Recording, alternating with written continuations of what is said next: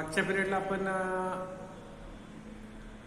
Epithelial टिश्यूचे types बघितले पहा. Simple epithelial नंतर कंपाऊंड इपिथेलियल मधले दोन टाईप बघितलेत महत्वाचे, म्हणजे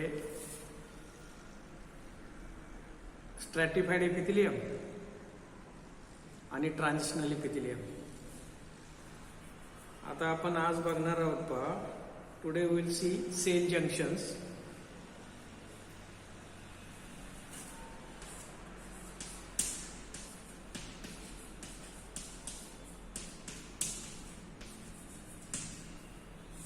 Cell junction means what?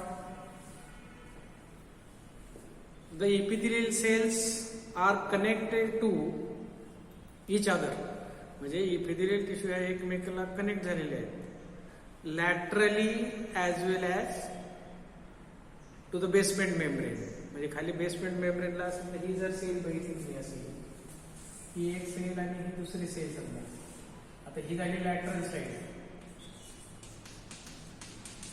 आणि इथं खाली काय येणार असेल तसं बेसमेंट मेम्ब्रेन येणार आहे. हे झालं बेसमेंट मेम्ब्रेन.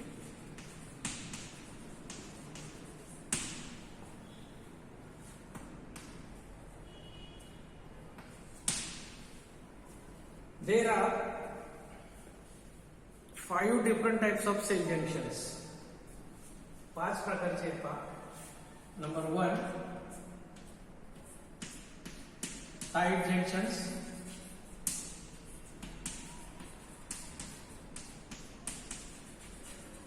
शॉर्ट फॉर्म मध्ये असे लिहितात TJS. सेकंड टाइप आहे पहा, त्या ठिकाणी गॅप जंक्शन.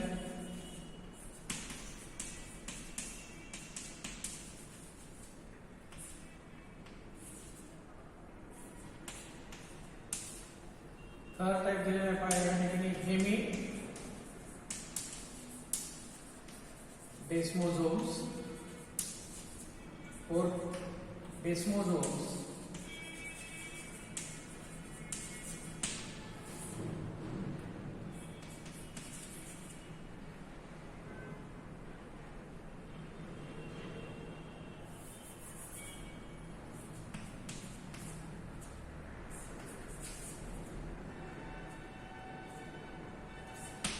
आणि शेवटचा जो दिलेला आहे टाइप तो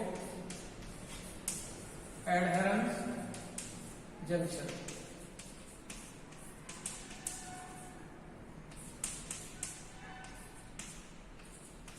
असे 5 डिफरंट टाइप्स आहेत. आता टाइट जंक्शनचं कार्य काय, गॅप जंक्शनचं काय, किंवा सगळ्यात जंक्शनचं काय नेमकं कार्य आहे आणि आपल्या बॉडीमध्ये ते कुठं आढळतात, एक थोडंसं आपल्याला आयडिया पाहिजे ते सगळे. आता टाइट जंक्शनचा अर्थ असा आहे या ठिकाणी, they maintain the cell polarity. ते जंक्शन काय करणार आहे, सेल पोलॅरिटी मेंटेन करणार आहे. In addition to this it prevents lateral diffusion of proteins and ions. समजा आता आपण सेल बघितली पहा, मी आता ही एनलार्ज केलेली आहे ना काही स्ट्रक्चर. हे एका सेलचं प्लाझ्मा मेम्ब्रेन आहे, हे त्याच्या शेजारच्या सेलचं प्लाझ्मा मेम्ब्रेन आहे.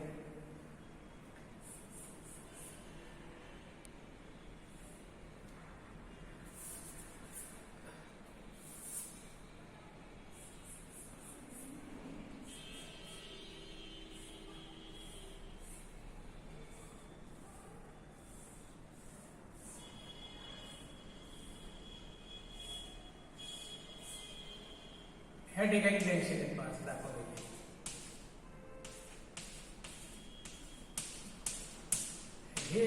हे काय आहे, प्लाझ्मा मेम्ब्रेन. हे पण काय येणार आहे, प्लाझ्मा मेम्ब्रेन. म्हणजे शेजारच्या सेलचा समजा ही एक सेल आहे, ही दुसरी सेल घेतली तर हे दोन्हीचे प्लाझ्मा मेम्ब्रेन दाखवलेले आहेत पहा. आणि या दोघांच्या मध्ये इथं तुम्हाला टाइट जंक्शन मिळणार आहे. त्याला काय म्हणायचं, टाइट जंक्शन.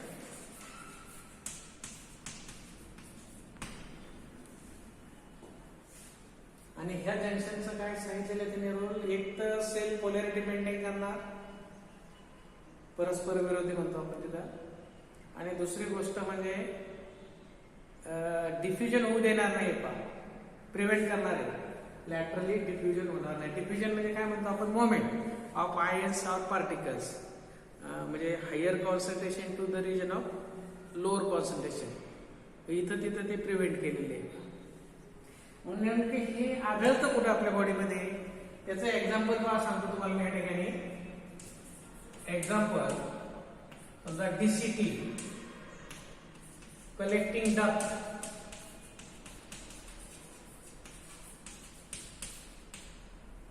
ऑफ नेफ्रॉन, हे दोन्ही पार्ट नेफ्रॉनचे आहेत, किंवा बाईल डक्ट, या ठिकाणी आपल्याला टाईट जंक्शन मिळणार आहे. आता DCT कशाला म्हणाले नेमकं तुम्हाला हे माहिती पहा. ऑलरेडी तुम्ही स्टडी पण केलेले आहे नेफ्रॉनचं स्ट्रक्चर. हे पहा, ही पहिली ट्यूब आहे की ही PCT म्हणतो त्याला, म्हणजे प्रॉक्सिमल कॉन्व्हर्टर ट्यूब. त्याच्यानंतर इथं असं U आकाराचं हेल्ले ट्यूब मिळणार आहे, आणि पुन्हा ती ट्यूब अशी पुढची जी ट्यूब मिळते याला आपण DCT म्हणतो. तर याच्या लायनिंगला नेमके आपल्याला काय, ज्या सेल मिळणार आहे एपिथेलियल सेल, आणि त्यांच्यामधलं जे जंक्शन आहे ते हे असेल टाईट जंक्शन. आणि याच्या पुढे आता इथं काय कलेक्टिंग डक्ट येणार आहे पहा नेफ्रॉनच्या स्ट्रक्चर मध्ये सुद्धा. आणि दुसरं काय सांगितलेलं आहे आपण, बाईल डक्ट, म्हणजे लिव्हरचं सिक्रेशन ह्या डक्ट मध्ये स्टोअर केलेलं असतं. लिव्हरच्या खाली बाईल डक्ट दाखवलेलं आहे. पण ह्या सगळ्या ठिकाणी तुम्हाला या प्रकारचं जंक्शन मिळणार आहे. दुसरं आहे पहा आता गॅप जंक्शन. आता गॅप जंक्शन म्हटलं तर समजा ही एक फिगर पहा तुम्ही. आता ही एक सेल आहे,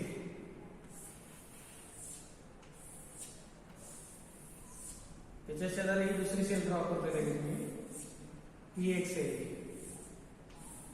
आणि ह्या ठिकाणी पहा तुम्हाला ते जंक्शन मिळणार आहे दोघांच्या. म्हणजे इकडं अशा पद्धतीने सांगायचं, ही फर्स्ट सेल, ही सेकंड सेल. म्हणजे ऍक्च्युली हे प्लाझ्मा मेम्ब्रेन आहे, दोन्ही हे ऍडजस्टंट आहेत, कनेक्टेड आहेत सेल्स. तर ह्यामध्ये तुम्हाला काय मिळणार आहे, गॅप मिळणार आहे.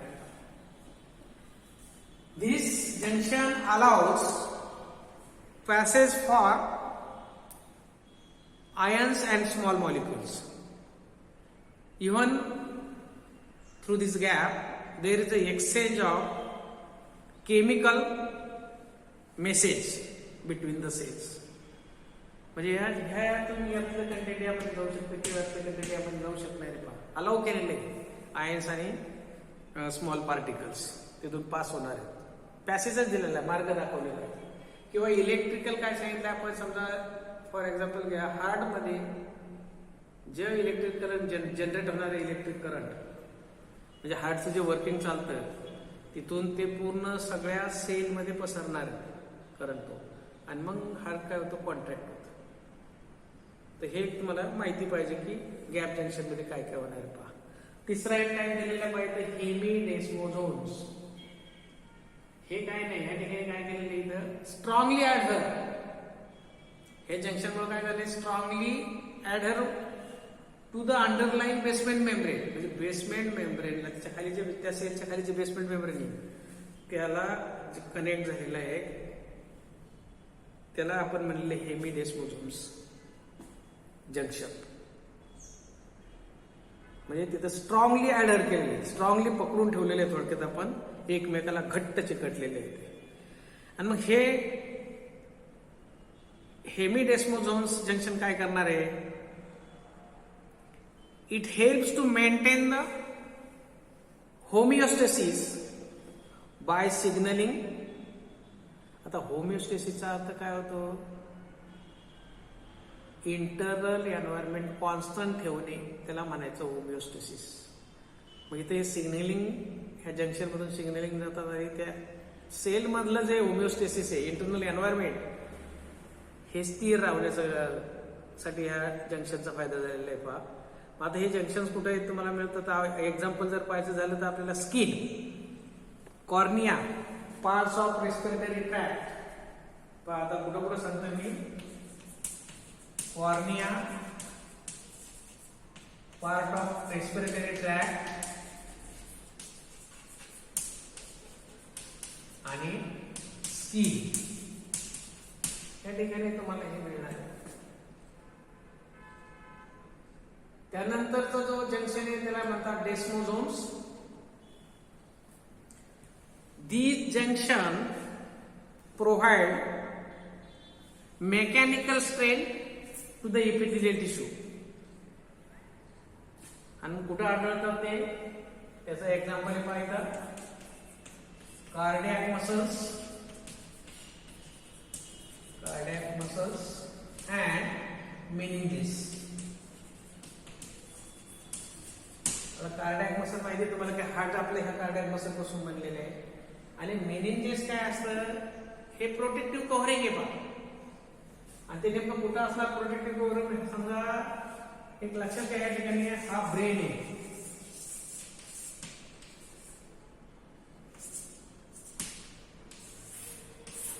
या ब्रेनच्या बाहेर हा खाली हा स्पायनल कॉर्ड. हा काय स्पायनल कॉर्ड. ह्या पूर्ण च्या बाहेरून एक प्रोटेक्टिव्ह कव्हरिंग असतं.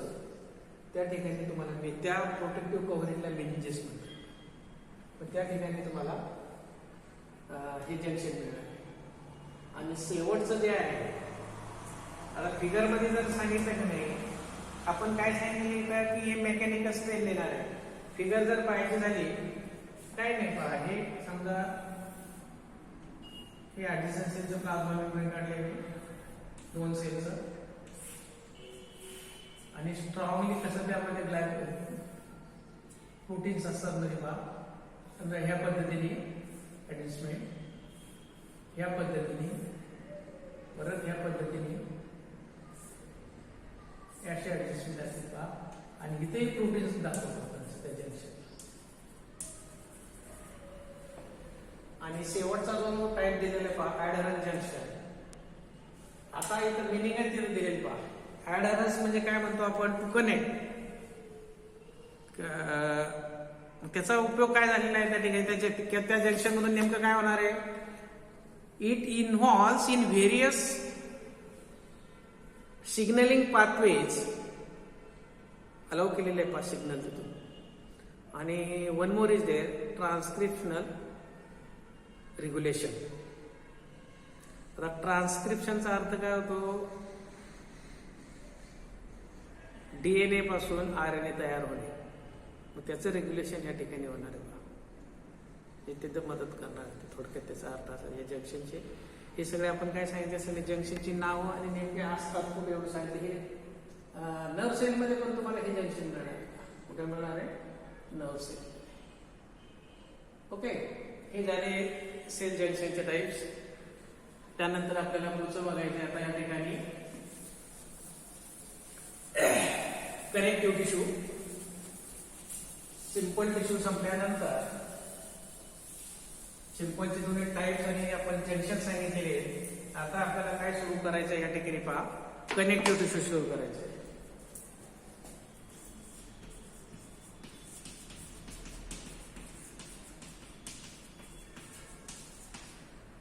आता कनेक्ट चं मिनिंग माहिती आहे तुम्हाला. A tissue which connects other tissues together called connective tissue. A tissue which connects other tissues together is called connective tissue. आता लोकेशन जर सांगायचं झालं या कनेक्टिव्ह टिश्यूचं, widely distributed throughout the body. Widely distributed म्हणजे संपूर्ण शरीरामध्ये पसरलेले आहेत. Widely distributed in the body. Structure सांगायचं झालं तर काय सांगणार तुम्ही, it consist of various types of cells and fibres. It consist of various types of cells, various cells and fibers.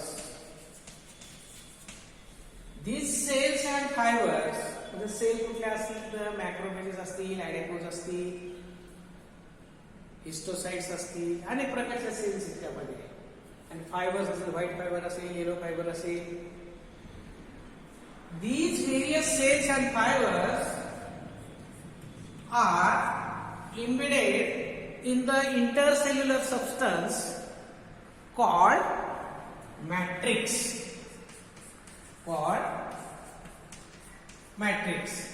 हे समजा हे असा इंटरसेल्युलर सबस्टन्स आहे पहा.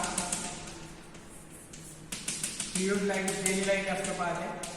आणि यात मग वेरियस सेल्स मिळतील तुम्हाला. प्लाझ्मा सेल असेल, मास सेल असेल, किंवा फायबर्स असतील असं सांगायचं, किंवा ॲडिपोज सेल्स असतील. म्हणजे these various cells and even fibers are embedded in the intercellular substance called matrix. Then it is highly vascular. It is highly vascular. म्हणजे इथं अबंडंट सप्लाय आहे ब्लड कॅपिलरीजचा. जसं आपण इपिथेलियल टिश्यू मध्ये कॅरेक्टरिस्टिक सांगितले पाहते, devoid of blood capillaries. There is no direct supply of blood capillaries. Epithelial, simple epithelial मध्ये सांगितलं किंवा इपिथेलियल टाइप्स मध्ये सांगितलं असं ग्रहित घ्या. इपिथेलियल मध्ये आता ह्या कनेक्टिव्हिटी सुरू केलेल्या आपण यामध्ये हायली व्हास्क्युलर दाखवलेले आपण. मग तिथं अबंडंट सप्लाय आहे ब्लड कॅपिलरीज. त्यानंतर फंक्शन सांगितलेले त्या ठिकाणी. It binds and provides supports. म्हणजे सपोर्ट ऑर्गनला जिथं आहेत त्या ऑर्गनला काय करणार, ते बाइंड करणार आहे, सपोर्ट देणार आहे. एक number 2, it acts as a packing material. It acts as a packing material. म्हणजे रॅपिंग केल्यासारखं ऑर्गनच्या बाहेरून असणार पॅकिंग मटेरियल. तिसरा रोल सांगतो ते आपल्याला ह्या ठिकाणी, it protects delicate organs. Delicate म्हणजे आपण त्याला नाजूक म्हणतो. आणखी सांगायचं झालं तर storage of fat. Storage of fats हे पण कनेक्टिव्ह टिश्यूचंच कार्य आहे. आणि आणखी एक सांगतो या ठिकाणी मी, it helps in healing the process. एखादी वुंड वगैरे झालेली असेल ती क्युअर करण्यासाठी ते मदत करणार आहेत कनेक्टिव्ह टिश्यू. म्हणजे ते ह्या पद्धतीने काय झालं, त्याची जनरल आउटलाईन कनेक्टिव्ह टिश्यू. याच्यात सबटाईप भरपूर आहेत. आता मग यानंतर काय बघणार आपण, टाइप्स. काय बघायला आपण या ठिकाणी, types of connective tissue. Types of connective tissue. Here we get 3 main types. 3 main types मिळणार पहा. Number 1, connective tissue proper. आहे ना. त्यानंतर number 2, supporting connective tissue. Supporting connective tissue. आणि तिसरा टाइप एक येणार आहे या ठिकाणी, fluid connective tissue. Fluid connective tissue. आता हे फ्लुइड कनेक्टिव्ह टिश्यू कुठे आहे, इथे तुम्हाला घ्यायचंय blood and lymph. Blood and lymph ही झाली प्युअर कनेक्टिव्ह टिश्यू. मग कनेक्टिव्ह टिश्यू प्रॉपर मध्ये पण सब टाइप्स आहेत. यामध्ये परत पहा, लूज कनेक्टिव्ह टिश्यू आणि डेन्स कनेक्टिव्ह टिश्यू.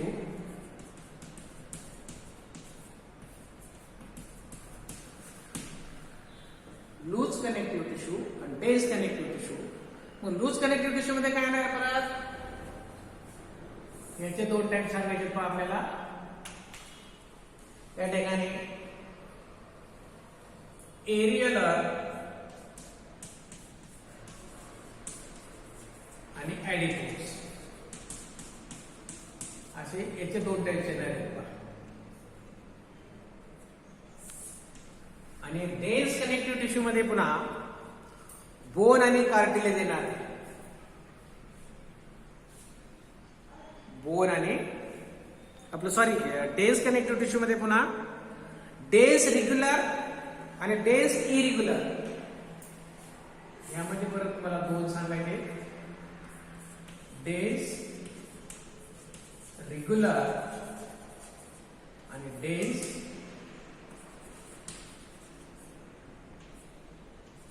इरेग्युलर. म्हणजे लूज कनेक्टिव्ह टिश्यू मध्ये 2 टाइप्स आहेत. डेन्स कनेक्टिव्ह टिश्यू मध्ये पण तुम्हाला 2 टाइप्स मिळणार आहेत. त्यानंतर सपोर्टिंग कनेक्टिव्ह टिश्यू मध्ये 2 मेन टाइप्स या ठिकाणी. एक येणार आहे बोन आणि दुसरं असणार आहे cartilage.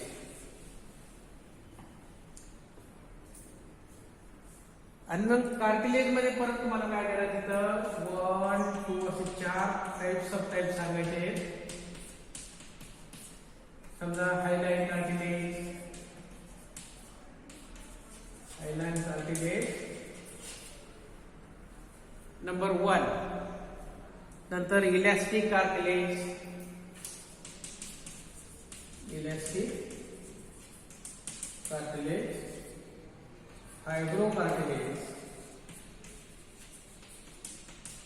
and the last one is calcified cartilage. Calcified cartilage.